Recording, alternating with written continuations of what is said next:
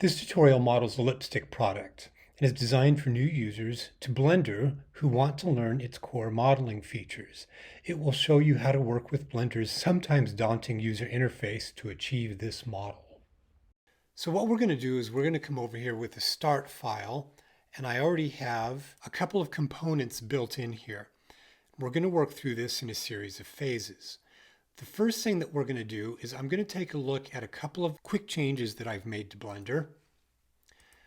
I've changed the interface here to Blender Lite. This will just make it easier to see kind of what's going on. If we come down to add-ons, if you type in curve, I've enabled curve tools and extra objects. Both of those are built into Blender, you just have to turn them on. The other thing that I've changed is if we come down to navigation, I have turned off auto perspective. I have found that I don't like having auto perspective on. This will become apparent, I'll point it out as we move through this. Okay, so the first thing that we need to do is we need to create the cylindrical shape that is down here. It's the base. If I pull back up the geometry right here, in fact, what I'm going to do is move it off to the side so that we can see it. It has two basic components that we're going to work with. One is the circular shape up here, and the other is the more sort of square component down here, but it's still pretty rounded. So this is our starting point. I'm going to come back to the front view, and we're going to insert an object. Now, let's also take a look at this. Right now, I'm set to metric and centimeters, just so you get a sense of what units we're going to be working with. And we want to come in here and add a circular type of polygon mesh. So we're going to come over to mesh and then circle. Now, the important thing to understand with Blender, objects always get inserted where the cursor is. And the cursor is this little dotted crosshair. And right now in the default file, it is at 0, 0 of the world space. It's right at the center. So we're going to come over here to add mesh and then circle. The default is going to be really big at 100 centimeters. So let's type in 2, and I want to change the number of segments to 16. I'm going to move it up to the top here. So it's right about there. And then I'm going to have us rotate it. So let's come over to the Transform tab here. Now, if this is not up for you, you can simply press the N key. There's a little arrow right here. So you press the N key again, and we can come over and we're going to rotate it around the x-axis. So we're going to type in 90. And there we go. 16 often happens to be a really good shape. It doesn't have too much resolution. It has just enough resolution, and 16 is perfect. I want to scale it a little bit more. In fact, let me zoom down in. I'm going to assume you've played around with Blender enough to know some of the basic view navigation, so we won't go over that. I want to scale it. I can come over to the Scale tool, but you can also always just tap the S key and then scale that down. And I'm going to scale it right to it gets right about there. I'm not going to be super concerned about it being too perfect. Okay, now, the bottom down here is where we need another form that has the same number of 16 edges. So let's just duplicate this, and then we're going to modify it so that it is roundish but more square in form. The way that you pull off a duplicate is come up to Object, and then we're just going to invoke Duplicate. And by default, it's going to move it, and I don't want to move it. So I'm going to press the Escape key to cancel that, but it's maintained a duplicate. So I can just come here now, pull that down. I'd like it to be exactly at 0 along the y-axis, or z-axis. Let's come over here, type 0 here, and I'm going to have us zoom to the view. So we're going to come over to View, Frame Selected, and then we're going to enable Edit Mode. And what we're going to do is we're going to come over here and we're going to go into vertex mode because vertices are what we want to play with. So what I want to do is select these right here. Now let's talk about selection for a minute if you're new to Blender. Blender has a series of ways of selecting things. So if we come over here, we can see that we have Tweak, Selection Box, which is a marquee style, selection circle, and lasso. So we're going to be switching between these throughout this tutorial so you can see how they work. I'm going to come over to selection box, and that would allow me to just marquee around them like this. Now, if I want to scale these, I would come over to scale and then scale this down. But we're going to end up having to do this 4 different times for each of the quadrants. So I'm going to undo this. What I want to do is enable symmetry. So I'm just going to come up here and enable those. And now when I marquee around these, you see I was still in the scale tool, but I can still select using that square mode. The select box is what it is. Now when I come over here, you can see symmetry is going to work really nicely for this particular way of modifying this shape. Now I want to get this moved out. So if I come over to the move tool right here and move, we're going to get that symmetry, but I want to move it at an exact 45-degree angle. So it turns out we can actually use the scale function to allow us to do that. So I'm going to come back over and try and scale again, but we're going to end up scaling around the selection center. What we want to do is change the pivot point, or this widget right here, so it's going to scale from the center of the object. And you do that by pressing the period key. And that's going to allow us to change the pivot point over to 3D cursor. And now I can come over, grab this, and scale. Okay, but you're going to note that what's happening is when I do that, it's sort of a free form. So I'm going to undo, and I'm simply going to press the S key, which is more of a uniform scale. So this is one of the challenges with working with a complex graphics application like Blender. There are often multiple nuanced ways of achieving something. Okay, but this works really well to get a rounded shape that matches the number of segments that we want. So what I'm going to do is I'm going to zoom out now. And in fact, I could come over here if I wanted to. Let's say I wanted to scale these a little bit tighter. I would press the period key again, and I would go to bounding box center. Bounding box refers to a bounding box that's invisible around your selected elements. Press the S key, and I could scale those down a little bit. Okay, so let's press the tab key to leave edit mode. So what I want to do now is I want to rotate the view, and I want to rotate these back so they're going in the same direction as our object right here. So I'm going to select both of these now, and we're down to our pivot still being assigned down here to the center of that object, which is at the cursor. So I'm going to press the period key again, but this particular case, I'm going to go down to individual origins. And now what's going to happen, and this is pretty cool, when I rotate, each object will rotate around its own center. I'm going to release it once it gets down a little ways, and then down here I'm just going to type in the exact value that we want. Okay, now let's do this. Let's merge these into the same object. We're going to right click, and then we're going to join these into the same object. And let's go into edit mode now. And we're going to come into edge mode. There's often not a big distinction between, say, edge mode and vertex mode, but we're going to switch into edge mode here for this operation because it's specifically an edge operation that we're about to do. We're going to come up to edge mode here, and then we're going to invoke the bridge edge loops function. Ta-da! And there we go. So in the next part, what we're going to do is we're going to be doing some more nuanced forming of this shape. I'm going to come over into front view now, and we're going to modify this a little bit.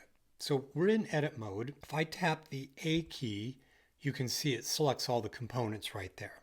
Let's zoom down just a bit. What I want to do is I want to have a very slight taper to the object. So we're going to come over here and come to a tool called the loop cut tool. This is pretty cool. So I want to come in here, and I'm going to add one cut by clicking. And then we're going to switch over to another tool down here called the shrink and fatten function. What this will do will move items along their normal vector. So what is a normal vector? Let's come over and take a look at an option right here. If you look at this little thing, it gives us a whole bunch of options, and we're just going to come down to the bottom right here, and it says normals, and we're going to click this. Now they're pretty huge because my scene scale is actually fairly small. So I'm going to type in 0.001 to bring those down just a little bit. And you can see that there are these little lines, these blue lines that come out. That's just a normal direction. It's basically, think of a 90-degree angle to something that you're like a vertex or a polygon face.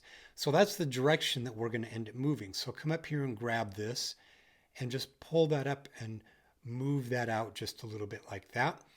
We're going to be subdividing this using a process called subdivision surfaces. And on very shallow curves, we don't need a lot of geometry. So let's come over now to another tool that we're going to end up using a fair amount, a very versatile tool called the bevel tool. Let's select that. Anytime you use the bevel tool, I want your eye to come up here and look at the default options. These are options that are going to influence how it functions before you use it. So it's good to know what those are before you try and use it. The default value of one segment, and the shape in particular is very important, of 0.5 will do exactly what we're about to do. I'm going to grab and pull up until we divide that into about 3 equal segments. It's a single cut that bevels that, and it's going to produce this very subtle curvature. Now, what I would like to do is maybe on the bottom, taper it in. You see how this tapers just ever so slightly here? What I'm going to do is come over here and click this little button right here, and it says toggle X-ray. And that's going to allow me to select through. I'm going to marquee around the bottom here, and I'm going to switch over to the scale function, and I'm just going to scale, and it's going to be uniform like that. That will allow us to just bring it in just a little bit. In fact, I could do it here too. S key, slight amount of nuance, just to give it a very small taper. Okay. Now the next thing that we want to do is work on the bottom. Do you see how it sort of rounds down there like that? What we need to do is let's rotate the view so we can see the bottom. In fact, I'm going to come over here and turn off those normals. Too much visual display. Okay, there we go. And I'm going to go back into X-ray mode, or turn off X-ray mode. So let's come down here, and we want to fill the bottom with a polygon. So I've double clicked that. Let's come up to the context menu. So right click, and there is a function called new face from edges. That will just fill it with a polygon. It's very, very easy. We're still in edge mode, and we're going to reoperate on this edge selection right here. So what we're going to do is we're going to come over to that bevel function again. I'm going to show you a little bit of a different way that it can also be configured to operate. What we want to do in this particular case is not have it do its default function. So let's look at what its default function is. What I want to do is I actually want to undo and keep this original edge right here.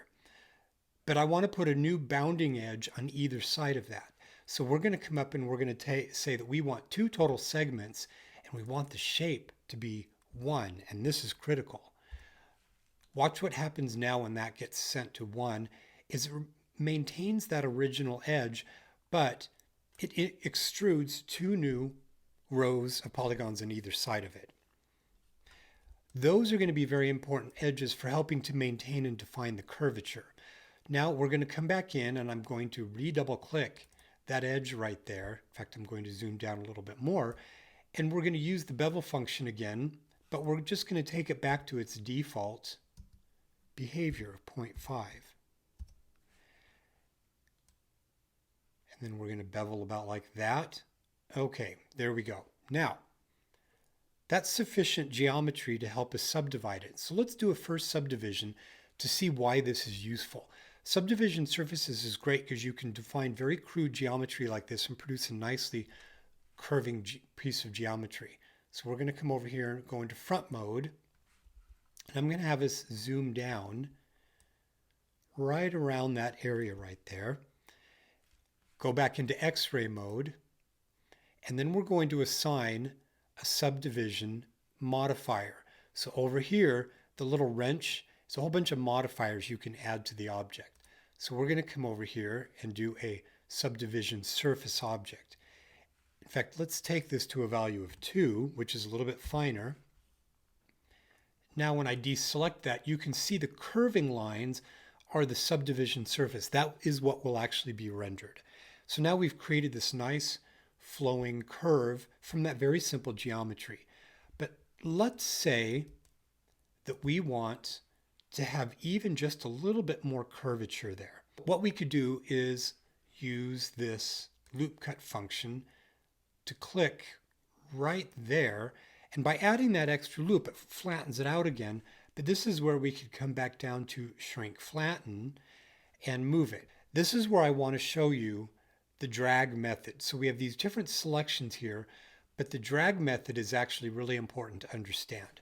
Here's a situation where the little cursor widget that you move can be way off screen, and if you're needing to focus on an area, you can't move it by just grabbing it when you're in selection box.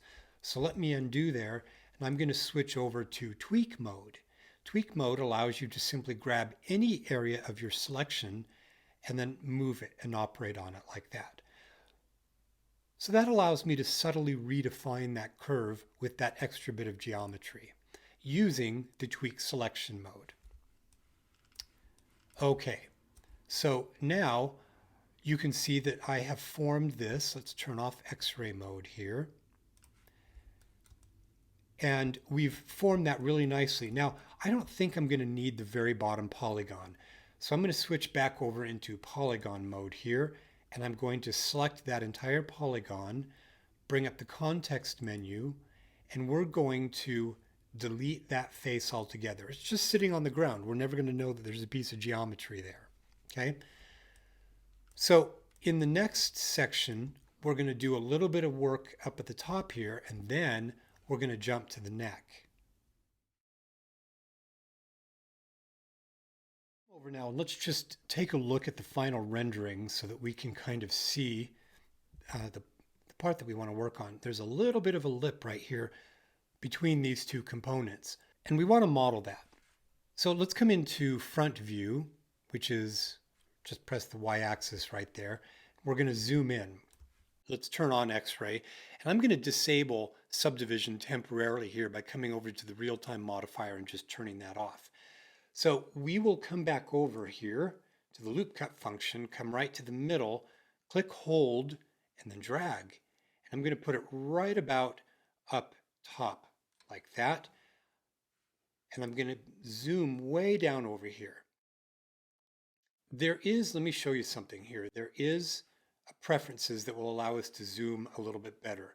Where it says zoom to mouse position, let's do that. That will actually make this a little bit better. So what I'm going to do is I'm going to pull this back over, and now when I zoom, do you see how it zooms to the mouse position right there? Okay, so what I want to do is I want to come over here and add a fill to the top.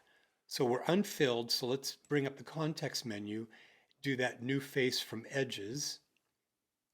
Okay, so now what we can do is I'm going to come over here and I'm going to have us bevel this edge. So I'm going to select that. We're going to use the bevel function again using that default mode.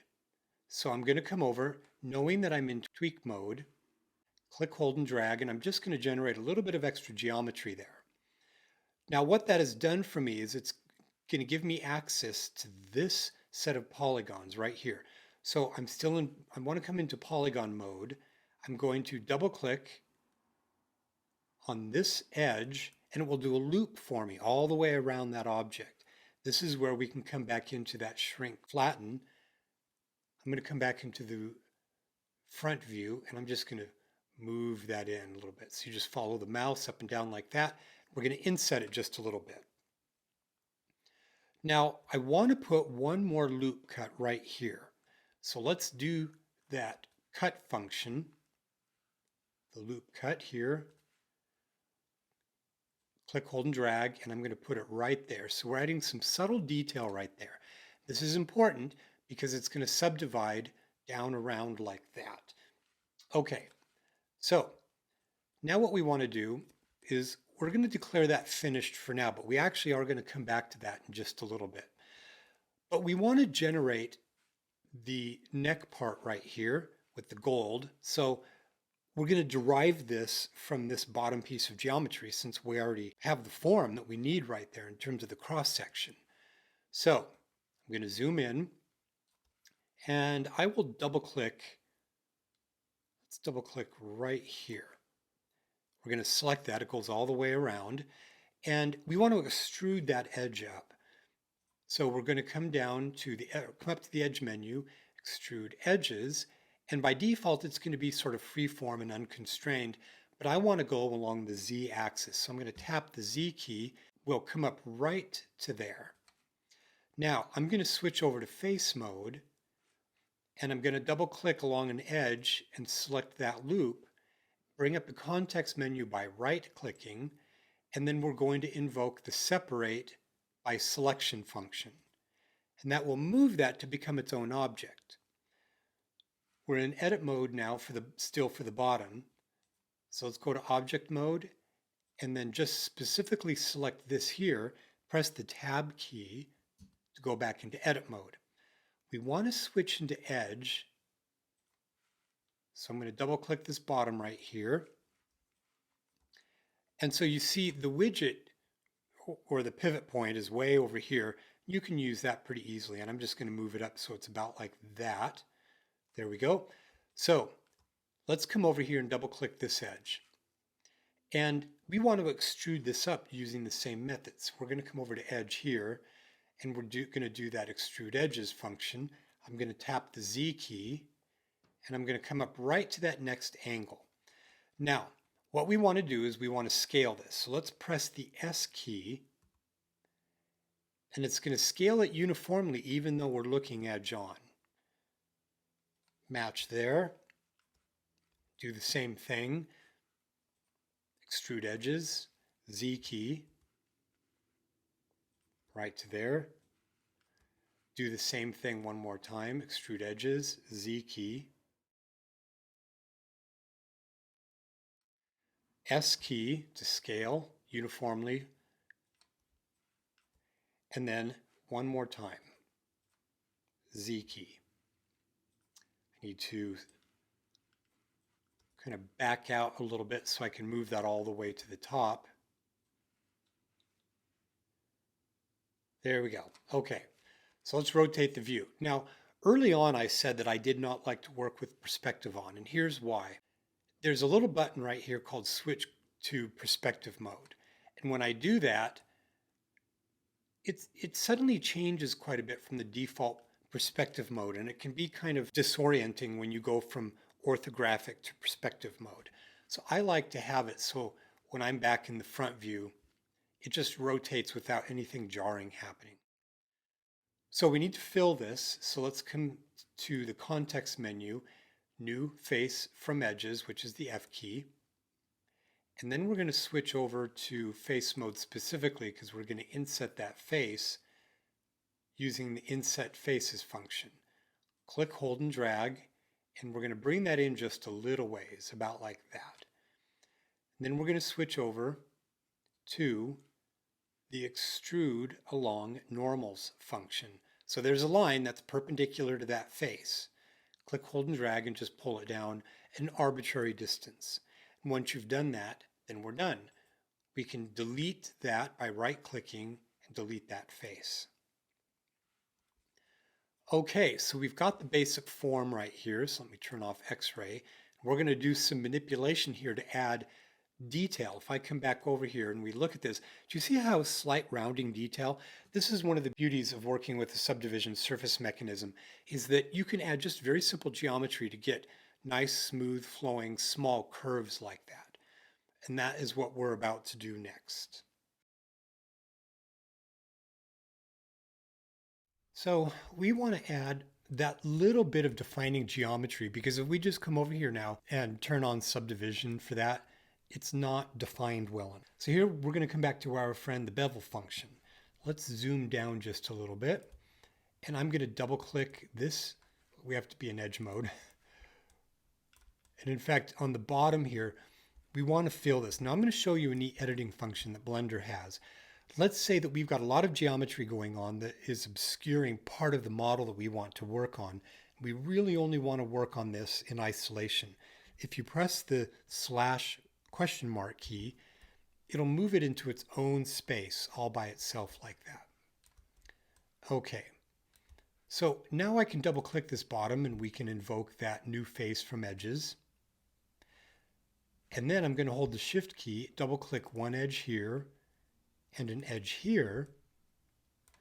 And we're going to use the bevel function again, but in this particular case, we're going to switch over to that other mode by going 2, 1. Now this is where tweak is nice because I can just grab anywhere and just do it by grabbing any of the selection. And we'll just put a little bit of a bevel around it like that. That works pretty well. So let's do the same thing up here. Hold the Shift key to add secondary selection, or you can just grab this if it's visible. And I'm going to put a slightly smaller one there. Let's come up to the top and do the same thing here. Double click, hold the Shift key, double click, and we're still in the bevel tool. We can just bevel a little bit like that. Okay, so now when we come in here and we re-enable subdivision surfaces, we get a much more constrained object. In fact, if we look at it in the fill mode, we can see that. But we can see something else now, is that we're getting sort of these flat faces, and that's because we haven't enabled the smoothing operation by default. So what I'm going to do is I'm going to press the Tab key to leave edit mode. I'm going to come up to Object here, and we're going to come down to where it says Shade Smooth, and that will enable smooth shading for us. It's basically interpolation of polygon normals to give us that. So let's come into the front view here now, and we're going to look at this a little bit more closely. If I zoom down, you'll be able to see very subtle curvature coming down into this face. And I would really like the curvature only to be in these areas that we've defined for curvature, not coming down into this more vertical region. So we're going to press the Tab key, and we're going to do an editing function called creasing edges. And what this is going to do is it's going to prevent Blender from subdividing down into these tall polygons. So if we take a look at this, I'm going to come over into a mode that's going to allow us to see the polygons directly. We're going to turn off optimal display so we can see the actual subdivided polygons. Now let's talk about this for just a minute. If we come over into face mode, I can select a polygon here, hold the Shift key and select a polygon here. The subdivision mechanism is subdividing this polygon into this polygon. And these thin subdivided polygons are being blended down into this region right here.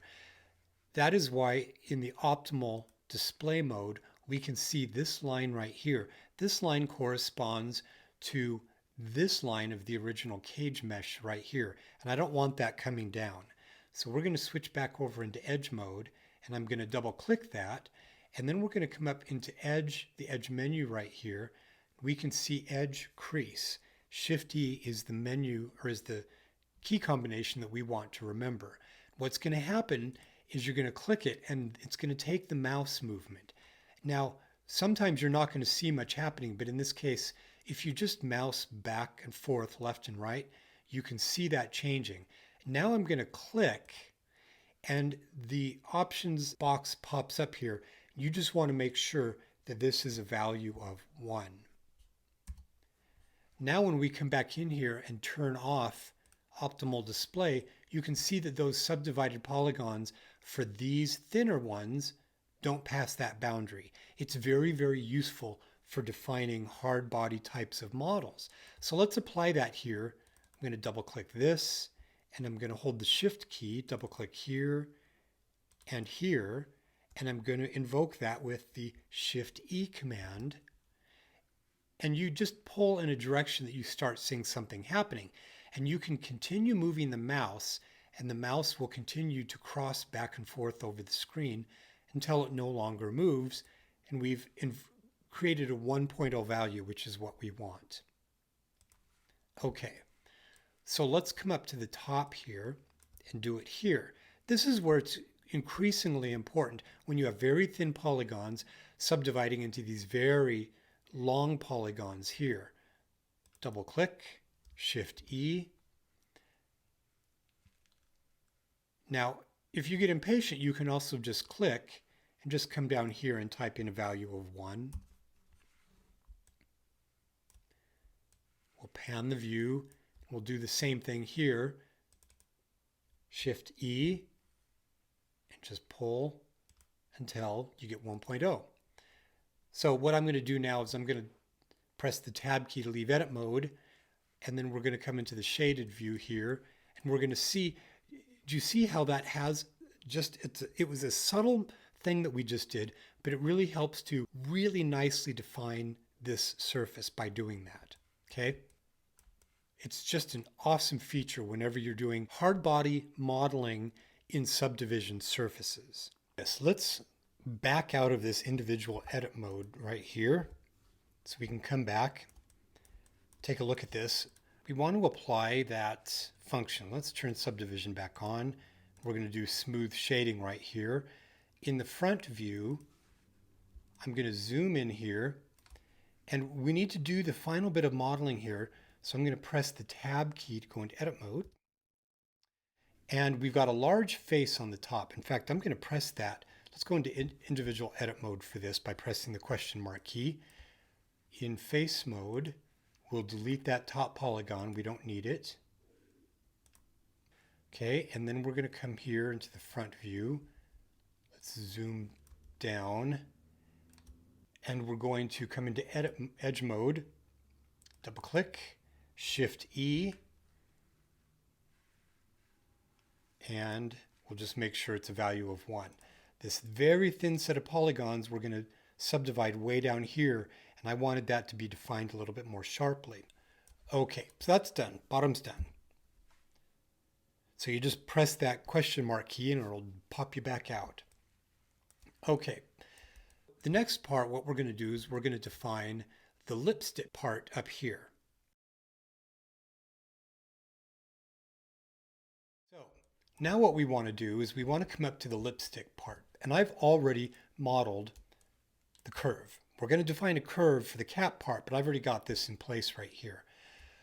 So what we want to do is we just want to create a lathe type of object for this, and then we're going to use a Boolean. So how do we go about doing that on a curve? We do it by coming over to the modifier function right here, and we're going to invoke the screw function, and it does a lathe. Isn't that cool? But if you look very carefully, you're going to notice that it's not quite center, and that was because I didn't define the center of the curvature as well as I should have. So I'm going to come over here into like an outline type of mode with X-ray. We're going to zoom down, but I just want to change that center position. So what we're going to do is we're going to come over here to options, and we're simply going to move the origin. So now, since we're over here in the move tool right here, we can come over and grab this and move just the origin. And that will also then update that lathe type object. Perfect. Okay, now remember to come back over here, turn that off. So we want to make one more quick edit to this. I want to increase the resolution just a little bit. So we're going to come down to step views, and we're going to type in 32 just to increase that a little bit more. We need to add an object to subtract this from. But for this to really work best, you really want Boolean objects to be solid. You want them to be closed up. I'm going to right click on this object, and we're going to specifically convert it back to a mesh. We're going to flatten down any modifier stack by doing that. Press the Tab key. We're in edge mode, so I'm going to double click that open edge right there, and then we're going to invoke new face from edges. Now, I'm obscured from seeing the bottom. So again, I love this isolation mode. Question mark. It's going to allow me to double click that open edge and F key to fill that. And then I'm just going to press the question mark again to go back to the original view. So let's leave edit mode. So we're going to come over here and go back to object mode. I want to introduce a new object into the scene, and by default it's always going to be introduced where the cursor happens to be. And what I want to do is I want the cursor to be in view where I'm at right now. So I'm going to come in here and I'm going to press Shift and S, and I'm going to say cursor to selected, release the modifier, and it will pop that cursor to that location. So let's come back into front view here, and I'm going to back out the view just a little bit. And I want to introduce a cube to the scene. So we're going to come over here and we're going to add a mesh cube object. It's going to be huge, 200 centimeters. So I'm going to make it 1 centimeter for right now. And then I'm going to move it so the center is kind of right where that blue line is. And then I'm going to rotate this. Okay, so it's basically kind of roughly matching that shape. But if I want to move it now, I want to move it along that local direction. The orientation is default, which means it's going to move it according to the world axis. But I want to move it over to local, so then I can move it so it matches up about like that. That's good, that works. So come down to the lipstick object, come down to Boolean, and we have to select the object we want to subtract from. Subtract equals difference. Click and it's done. Now I want to turn this off. In fact, I don't need this anymore. So we can delete it in a minute, but we first need to convert this specifically back to a mesh because it's still in a modifier state. So we need to apply it is one way of doing it. And then we can come over here and then just delete this object, which is the X key. There we go. We're going to now get in and do some more nuts and bolts editing to the polygon mesh. If I tap the tab key right here to go into edit mode, we're going to switch over specifically and do some vertex mode editing. I'm going to click outside to deselect that. And we're going to be doing some more nuanced editing around here, and I'd really only like to do just 1/2 of it. So I want to make sure my object is essentially split in half. So we're going to tap the K key, and I'm going to come to the top right here. You can move around if you need to see that a little bit better. Click, come down to the bottom, click again, and then hit the return key to leave that mode. Okay, now I don't need my blue indicator line there anymore. So we're going to come over here, and with the annotation eraser, I'm just going to remove that. We don't need that. There we go. And let's go into specific this isolation mode here because we want to do the same thing on the bottom.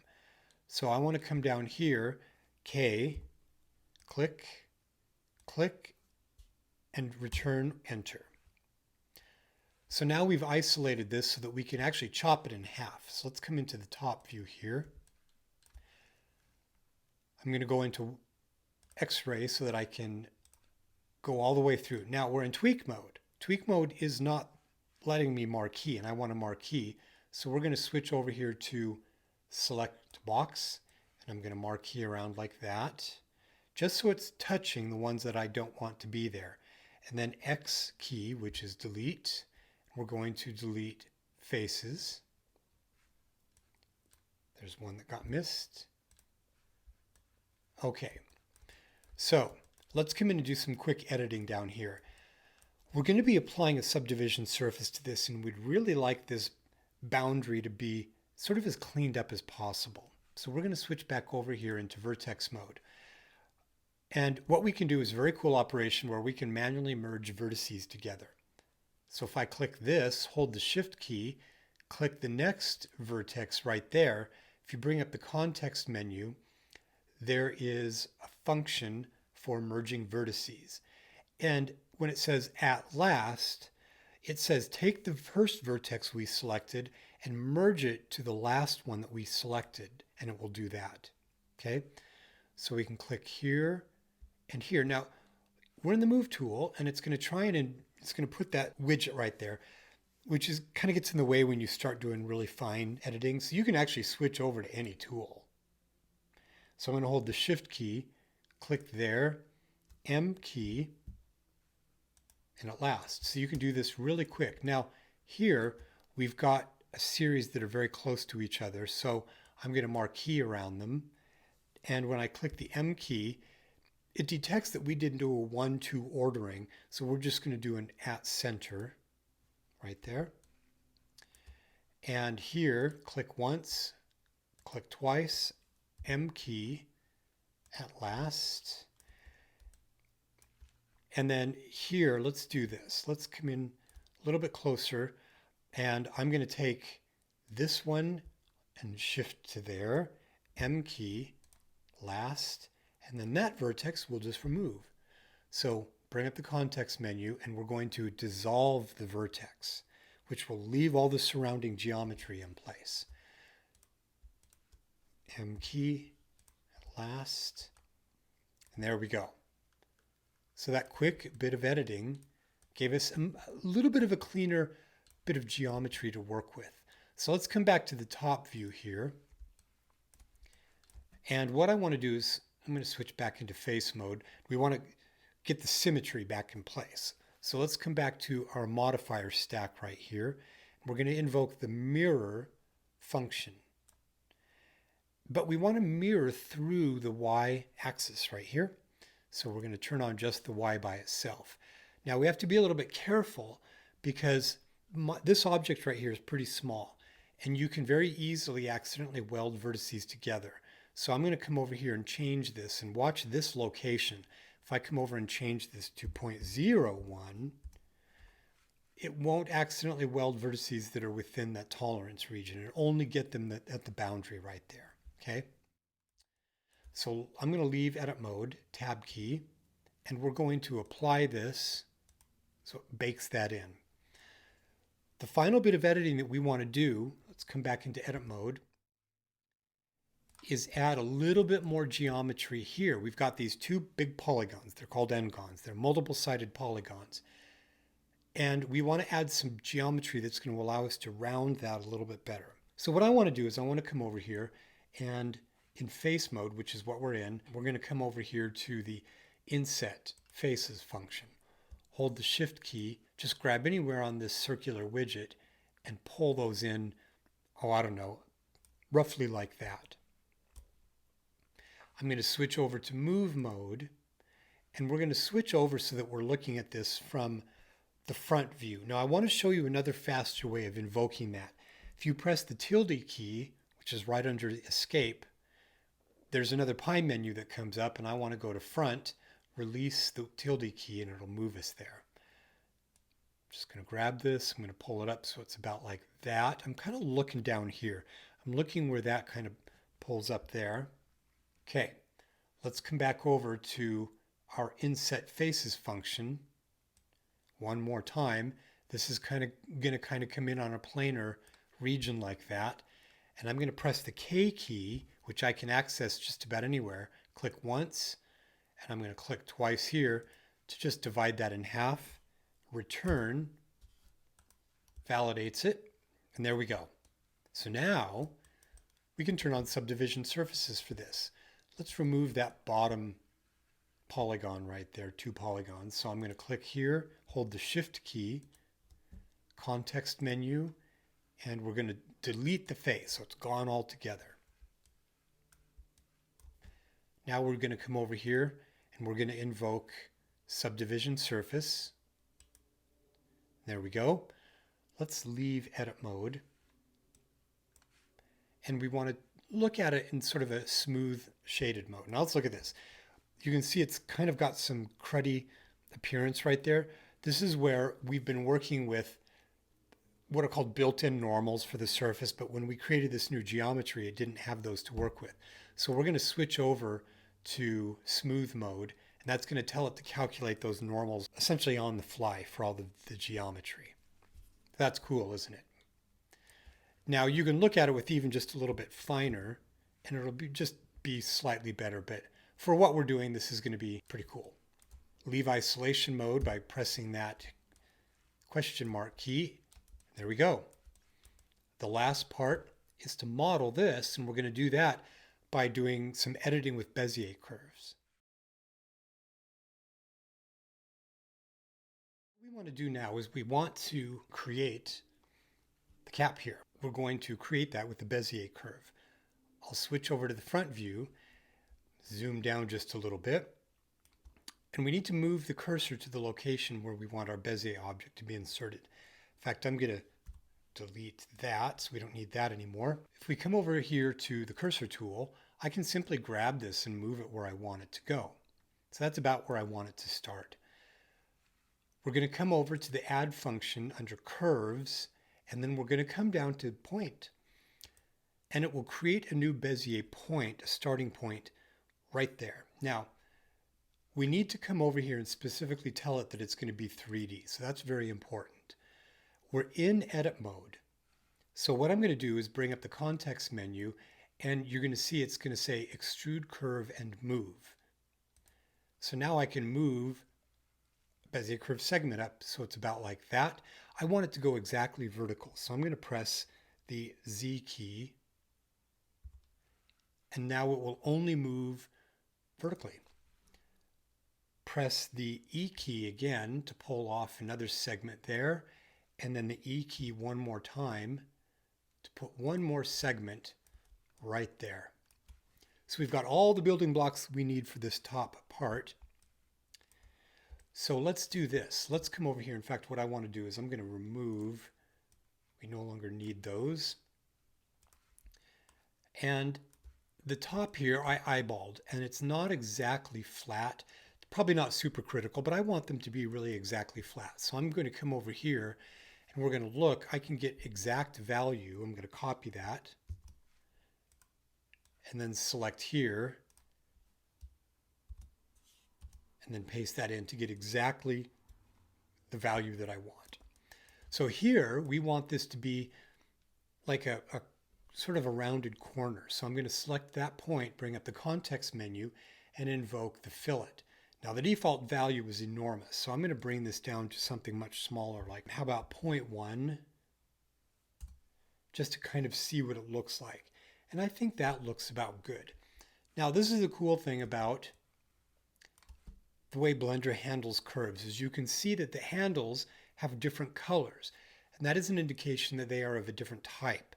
They control the inflow and outflow of the Bezier curve in different ways. And when they are in a pink mode like that, if I press the V key, that means they are in an aligned mode, and they are going to stay in with alignment of the other side of the other handle on the other side of the point. I'm going to press the G key here, and that's going to allow me to move both at the same time. That'll give me a little bit more rounding there. Isn't that cool? Now, this point right here, I would like to be exactly at 0 along the y-axis or along the x-axis. But take note that it's not actually showing me that. It's showing me that relative to the object's origin point. Okay, so I'm going to have us zoom out a little bit here. The origin point is actually down here. So every object has a native origin point. And I really want it to be up here. The object was started there. So let's come into the tab key. One of the options that we enabled at the very early part of the tutorial was some Bezier curve editing functions, and we're going to access one of those now. So I'm going to press the edit key here. If you don't have that open, press the N key to toggle that on and just come down to edit. And we want to come down to sanitize, and there is a set origin to spline start. But the spline start is down here. In fact, if we come over here to the overlay options, we can turn on normals for the Bezier curve, and that gives us a direction indication for our Bezier curve, and it's going the wrong direction. So what we want to do is we want to come way down to utilities, and you can see it says switch direction here. That will switch the direction. Now we can come back up to the set origin to spline start. It's a little hard to see, so I'm going to press tab to leave edit mode, and it will have moved to right there to the start. Now, when I come over and I select this right here, it will tell me that I'm right on the x-axis. Now, Blender does sometimes truncate very small values. So if you really want to make sure, you can re-enter a value of 0 just to make sure it's completely specifically on that 0. Okay, so what I'm going to do now is a little bit more editing, but I'd like to turn off the normals. It just is too much visual input. I'm going to marquee around this handle part right here, and I'm going to press the G key, and that's going to allow me to independently edit that. We'll do the same thing. You first activate the point, then you activate the handle you want to edit. Press the G key. Okay, and then you can come over here and you can play with this. Okay, so now that we've gotten that done, let's lathe it. Let's create a three-dimensional object from it. So I'm going to leave edit mode, back to object mode. We're going to come over here to the screw function. By default, it will generate around the axis that we want. In this particular case, it's the z-axis. So we need to generate a little bit of thickness with this. Let's actually come in here now and look at the geometry before we do that. So I'm going to come over here into a polygon view mode that we can see. And it's also offline a little, off alignment a little bit. We'll correct that here in a second. So I'm going to come over here, and you can see that there's a little bit more resolution around this way than I want, and not enough this way. So let's increase this to 32. And I'm going to press the tab key to go back into edit mode for the actual curve itself. And we're going to do something up here. We're going to take a look at, before we edit that there's a lot of geometry in here. If I select this point, in fact, let's turn this off so you can see that this is what I'm selecting. I'm selecting these 2 points right here, and that's essentially telling Blender we want to operate on this segment in between. And if I select this handle over here, note that it's red. That means it's independent, like this is independent. And when you do that, when it generates geometry from this, it'll generate a lot of extra geometry because it thinks it's curving. But I don't want it to generate all that geometry. So I'm going to select these 2 points, bring up the V key menu, and we're going to change those to vector. Now, when I turn back on the display of the object here that we're generating three-dimensionally, it won't put all of that extra geometry, which is a pretty cool function.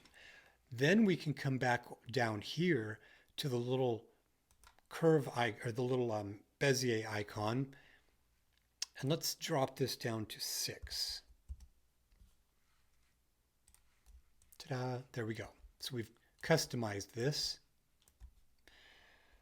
I'm going to leave edit mode. Let's right click on here, and we're going to convert this specifically back to a polygon mesh. But we want to apply thickness, but you're going to notice that we created this so it's off center, and that's very easy to change. So let's come to the top view here. The origin is at the center. We can see that little yellow dot right there. So when we look at this along the y-axis, all we need to do is change that to a value of 0, and it will move us back into position. Okay, let's give this some thickness right here. There's another modifier that we will look for that. And what I want to do is I want to come in here so we're zoomed down at the top and we can see this just a little bit more easily. In fact, I'm going to turn on X-ray mode.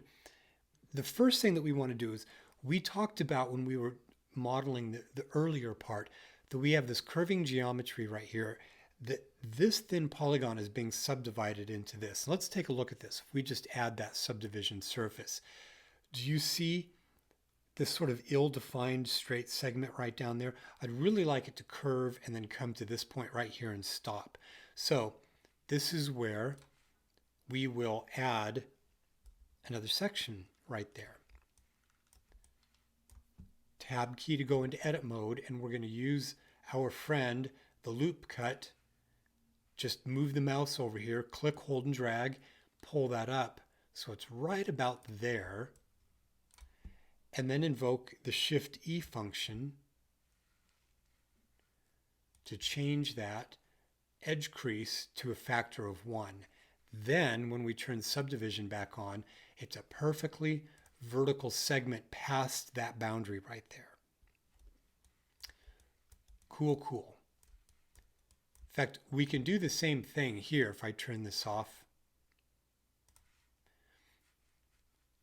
Let's do this. Let's come over here, click, hold, and drag this boundary there, Shift E. Just keep pulling left or right till you see it change. And then here, we're going to change this using our friend the bevel tool. Click on this edge.